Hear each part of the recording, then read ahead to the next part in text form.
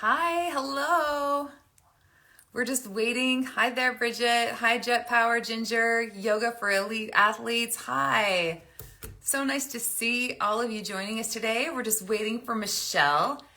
Hi, this is so great. Debbie, Blue Marjarell, Mian Taj Mahal. Nice. So let me see if I can get our beautiful and talented friend to jump on with us. This is Warrior Wednesday, and we're going to have the opportunity to hear from another exceptional yoga ambassador with Cura Grace Yoga, and it's Michelle Marchildon. So let me just make sure that she is around. Hi, hi. Let's see. Ah, maybe this is her. Great. Hi, Mama Wags, Laurie. Wow, look at that. Hi, you Welcome. guys. So Thank good you, to guys. see Thank you. I had my students help me get on because, I don't know what I'm doing here. you. You're so funny. Well, I was just telling people how excited I am that we get the opportunity to talk to you today, Michelle. Thank you so much. It's a thrill to be here. I'm really happy. Uh, well, first of all, I was just telling people that this is basically the opportunity for our community to get to know some of our ambassadors better. And so I would love for you to, let's just start, let's just jump right in and tell us a little bit about yourself. And then let's jump into your journey with yoga. Okay, so my name is Michelle Marchildon, and I'm also known on the internet as the Yogi Muse, and on Instagram it's the Real Yogi Muse because I like to say it the way it is. I'm Right on. very real.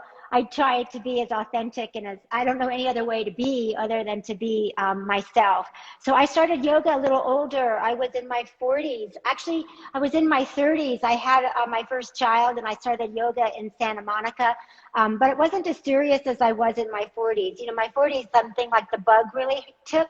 I actually, my husband alluded to this on an Instagram post I just put up about horseback riding again. Oh, you've frozen just a little bit. What were you saying? We're having technical difficulties, everyone. Hang on. She'll be back. I don't know There what you to are. do. You're gonna have to rerun because we lost you when you said your husband posted something. That And was the you're phone frozen falling. again. Oh no. Can you hear me now? Okay. Can Yes, you there's hear a me slight now? delay, but let's just give it a shot. Why don't you tell us what you said your husband alluded to? So I had fallen off a horse I many years can't hear ago, you and that's now. what. Um, Okay, we've got you now. Oh, people are sending you a lot of love. We might not be having the best technical situation here, but people are loving you. Looks like she's still thinking. okay, can you hear me now? Yes. Okay.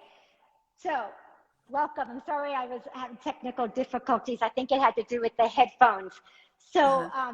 my name is Michelle Marchildon, and I've been a yoga teacher since 2007, but I've been practicing since my early 40s. I started in my 30s, but in my 40s, I was really more of a dedicated yogi, and I started because I had fallen off of a horse and I hurt my back. And so many of us might come to yoga because we have back pain or something hurts, but that's never the reason why we stayed. And the reason that I stayed in yoga is because I found my inner badass. What does that look like? Why don't you tell us about your inner badass? Well, she's a little bit of a bitch. Can I say that? She's a little bit of a bitch. She's very You just strong. did. Oh, I said it again. She's very strong and she knows what she wants, and she's getting more fierce every year. And so now this is my 61st time around the sun, and I'm really happy to meet my inner woman. She's strong and she's fierce, and she is authentic, and she doesn't take any shit off of people. Nice. I like hearing that. I think a lot of us can relate to that. If we can't relate, then we at least aspire to that. So you started in your late 30s. You started your practice in your late 30s, and you just said that you just are now you're in your 61st circumambulation around the sun. And how has your practice changed since you got started, other than you got into yoga because you wanted, you were dealing with an injury, but how is your practice different now than it was then? It's a really good question. And those of us who've been practicing for 20 or so years, I mean, for me, it's about 25 years right now that I've been practicing. It does change. And I don't want to say that it gets like weaker or you're more fearful. I feel in so many ways much stronger. I'm much stronger. Like my arm balances are really super strong. But I do realize that I have to like really fight for my flexibility, because the body as it ages, like I've sat for more years. I've driven for more years. My spine has been kind of stiff for more years. So now I have to work extra hard on maintaining my flexibility. But in general, I have to say I'm really surprised. But my practice, I'm really happy with it. I've only had to say goodbye to a handful, very conscientious separation or conscientious uncoupling from. One of them was headstand. Yeah, me too. I mean, it's funny because like headstand came really easily to me, but it certainly does not serve me at this point in my life. It's just about compression, and I'm not into that anymore. Like you have to really fight with the ego sometimes. Yeah, you do. And today I taught some transitions from headstand into side crow. One with And I had to do it on blocks because I can't put any weight on my head. I had a little fracture in my neck, and so I baby it. I'm very careful. So I also have one of those, I call it the toilet seat. It's that like container, like you put your head in, and it's like that. I call it my portable toilet seat. I bet it would work in the toilet too, but I don't recommend that. Oh no. No, thank you. That's but funny though, because I can totally shoulders. see the visual. And yes, I've used that before. You get all the benefits of the headstand without actually smashing your head, as long as you're not using a real toilet seat. Exactly. And but other than that, like my inversions, I'm really happy with. Like I'm happy with my handstand and my forearm stand. And also it could be that I'm just generally happier. Like when you get a little older, like more things, like you're good with it. Like I would fight harder in my 40s to get the perfect pose. And today I'm like, oh, that's good enough. I'm happy. Good day. Good enough. Well, let's speak to that for a moment, because you wrote a book about this very thing. Can you tell us a little bit about that book? So my very first book was called Finding More on the Mat, and it was a dream for me to be able to write that and get it published. I just want to announce that the rights were just sold in Russia, so I have to post that on Instagram, that coming to Boris and Tatiana is a little bit of enlightenment. But that was my story about how a yoga in itself actually made me much stronger and made me much more fearless. And then I co-wrote with Desiree Rumba, Fearless After 50, and that was recently featured on PBS. And it's really her story more than mine. It's a little of both of us, but it's about how yoga also is helping us to grow so much better as we get older. And it's not just better like in terms of our yoga practice, but we're more compassionate, we're more open, we're more trusting, and we're also, we have that inner strength where we don't get like, we're not as big as a pushover as maybe we might have been when we were younger. Like really good things happen when you get older, if you're open to it and you work for it. Well, with that being said, then what is something that if somebody who is your age, maybe a little bit older, came to you and they said, I'm interested in yoga, but I don't know what to do. I don't know where to start. What would you say to this person? I say start where you are. Yeah. That's from Pema Children. The beginning is always a good place to start. And it's funny about beginners. There are beginner yoga classes, and I highly recommend them because, with the theory is the teacher will show you where to put your hands, where to put your feet. But there's also that little person inside each of us that thinks, well, we can figure this out. And I think it's true both ways. I think that, I'm going to be honest, like I just showed up at a yoga class and over time I got better, mostly because I was paying attention. And and when I fell, which is what will happen, the teacher showed me how to do it correctly. And then I fell less often. And what I enjoyed, to be honest, was the challenge. Like for me, I really enjoyed how can these other people do this thing? I want to try to do this thing. Right. Yeah, because exercise to me, like, no offense to people who exercise, and I have to exercise. We all have to do it. It's like brushing our teeth. But it wasn't the thing that got me out of bed in the morning. Like, I wasn't like, oh, yay, I get to run. But I was that way about yoga. I was like, oh, yay, I get to go to this class and see my friends and do my down dog. It was like the highlight of every one of my days before school let out. I got my children.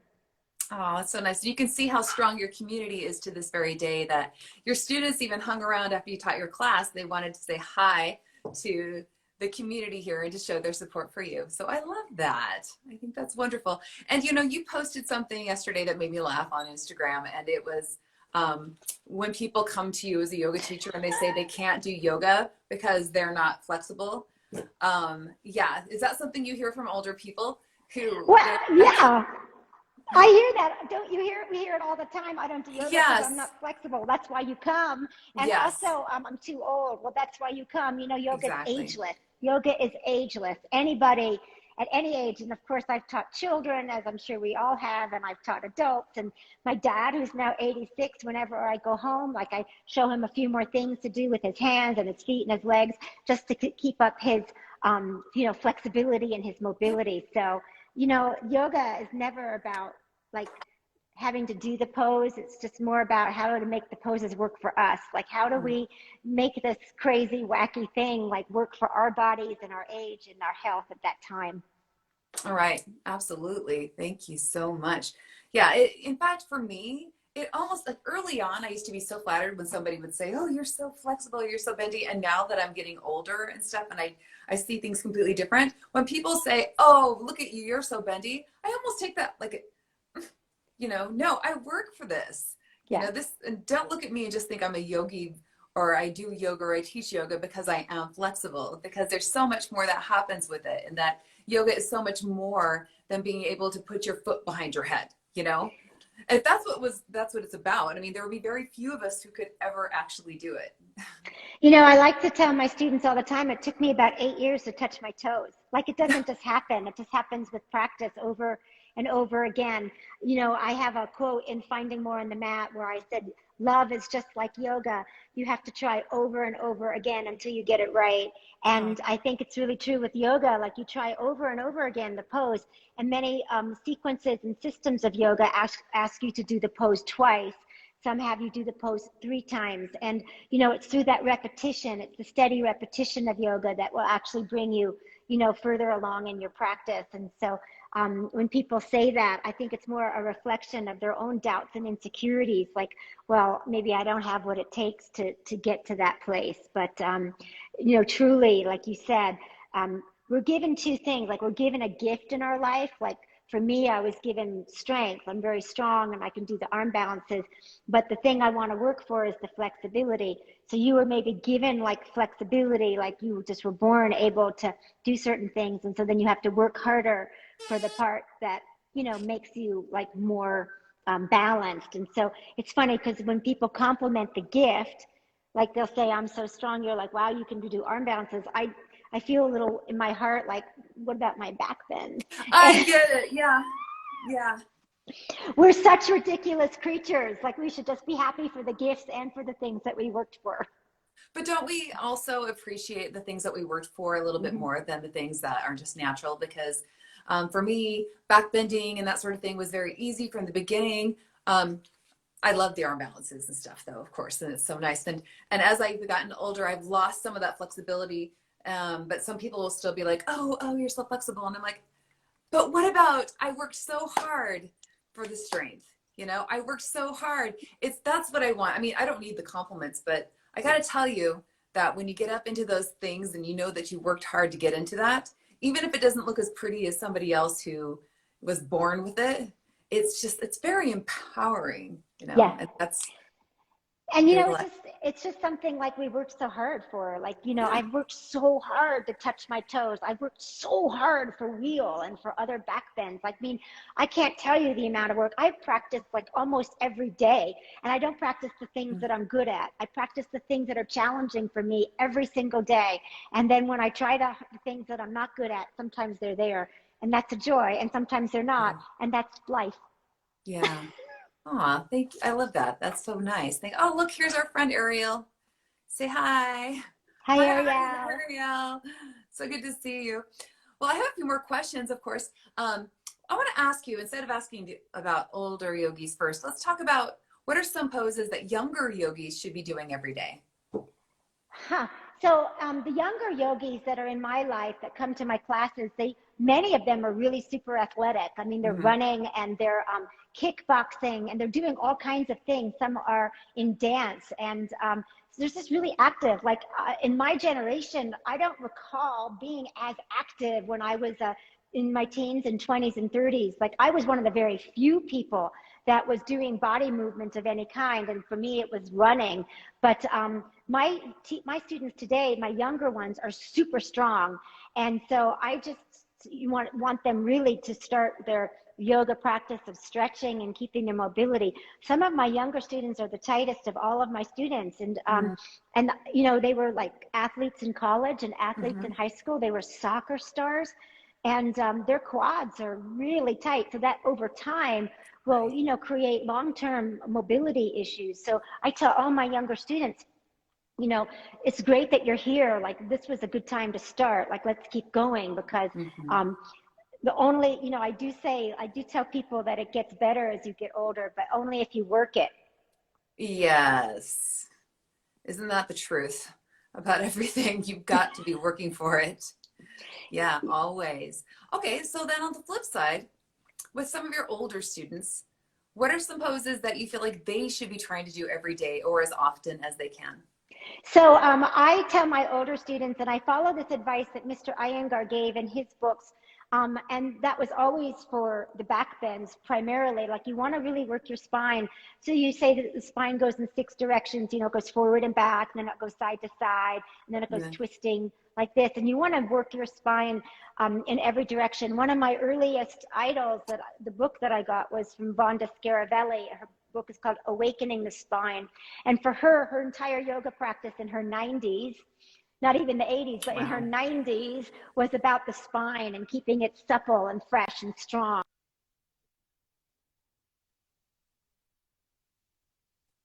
Torso and the spine, towards the periphery so that, if they can't get their hands and feet perfect, that's okay. I really want oh my gosh, Jane is here. Jane Dugan. Hi, girlfriend. So long. But I really want their spine to feel strong so that it can support them.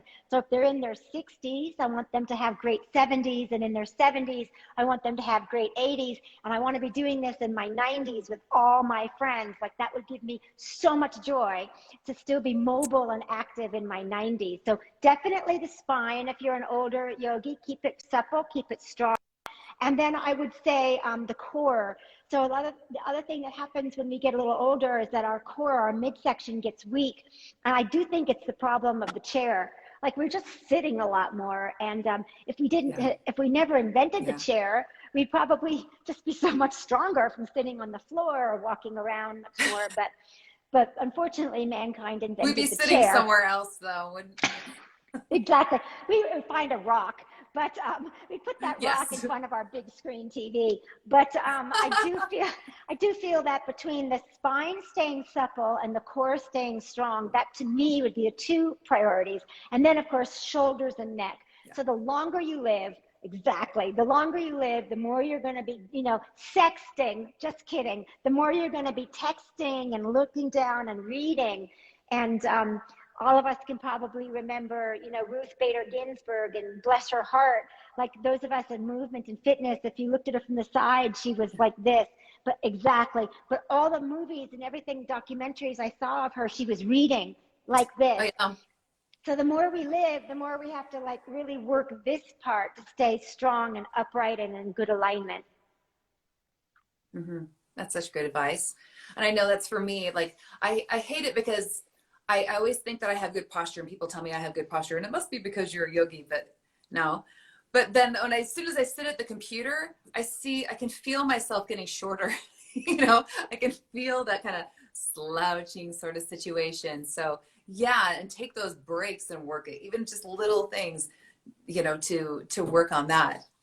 I see that Dr. May joined, May. Hi, Dr. May. And I have to tell you, she's one of my idols because she is another super strong older woman who she's inspired me to get on my bicycle, to get stronger, not just in yoga. And so I am so blessed also to have all these really strong people around me, like Desiree and others who are at this place in our life where we're not accepting less and we're Right. just continually looking for the more. And so I'm so inspired by these other women, and I just want to stay as strong and as flexible as I can, not just for myself and my family and my loved ones, but for like the entire sister, brother, personhood of people getting older. Well, I think that you're a really great example. And it's something that, and I still think that's young. The older I get, the younger I think the number is. But I think that now 60 looks different than it did 20 years ago. And, when keeping that in mind, you're looking back at Michelle 20, 30, 40 years ago. What advice would you actually give to yourself, to younger you? I would have told my younger self, please stop running. Because I don't know if many of you know, but I have new knees. These guys, these I hear they're titanium. They're the top shelf, off the shelf titanium knees. I asked for the diamond model, but I got the titanium model. And so I would just tell my younger self, like, do more things differently. Like I did the same thing, like running. So everything was in a rut for my body, like just the same thing.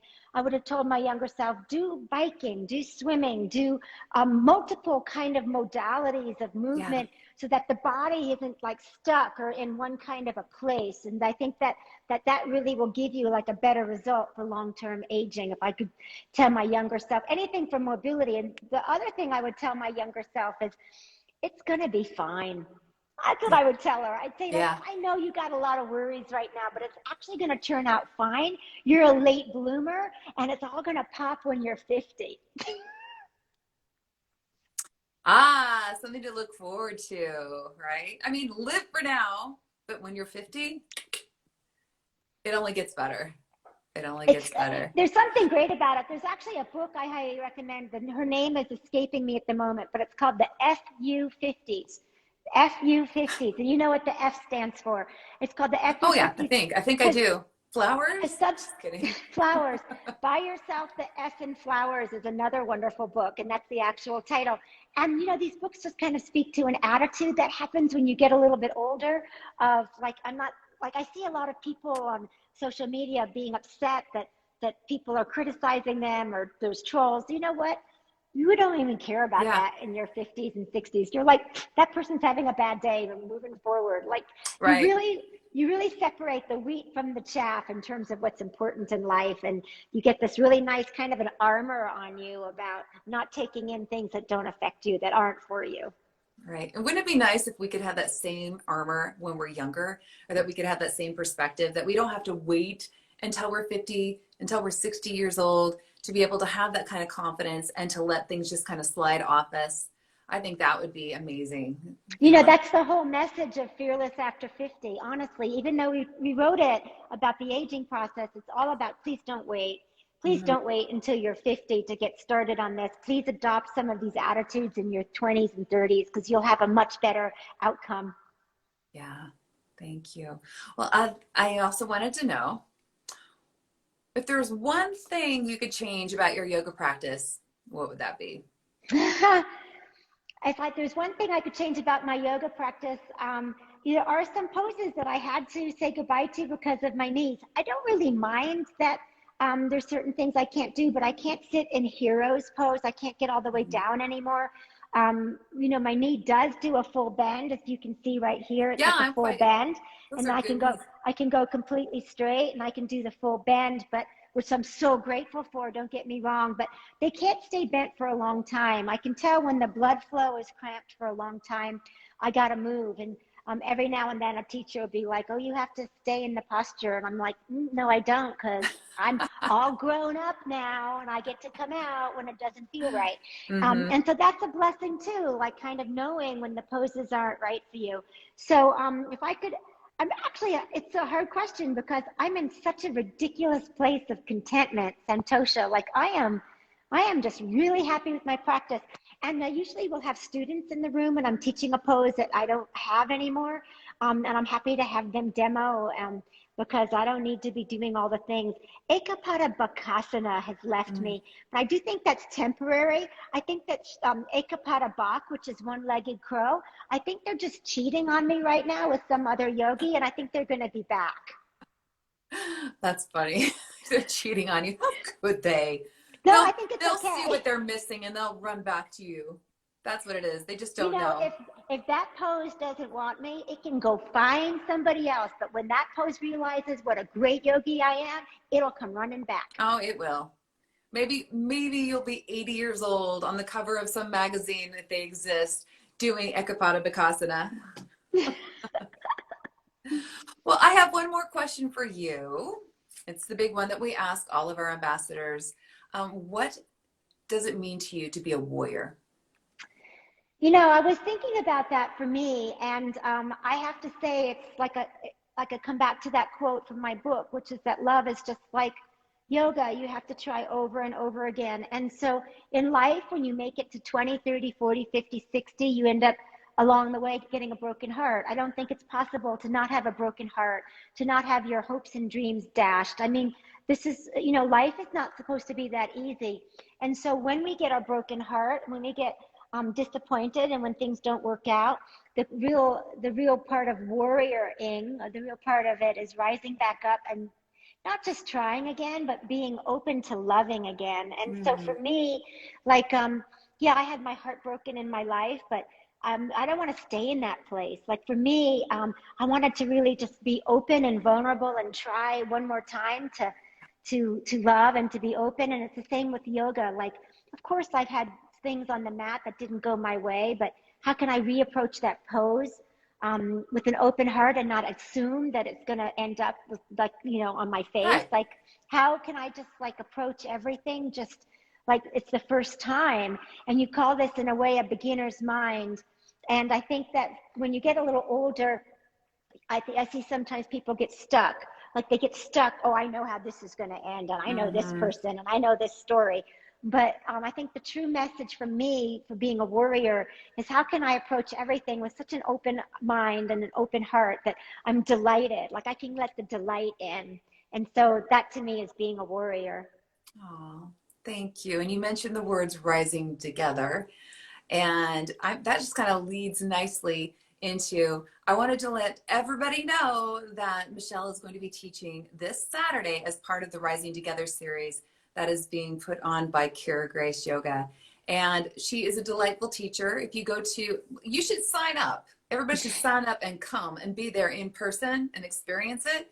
But if you are not able to, she does have, if you go to the Kira Grace YouTube channel, you can take her classes virtually, and you can take some of them from the past. I highly recommend the one from Thanksgiving last year. I think that one's really fun. But she has a great sense of humor. There's like a lightness in spirit, I think, that you can see. It comes through very clearly in this conversation that we've been having.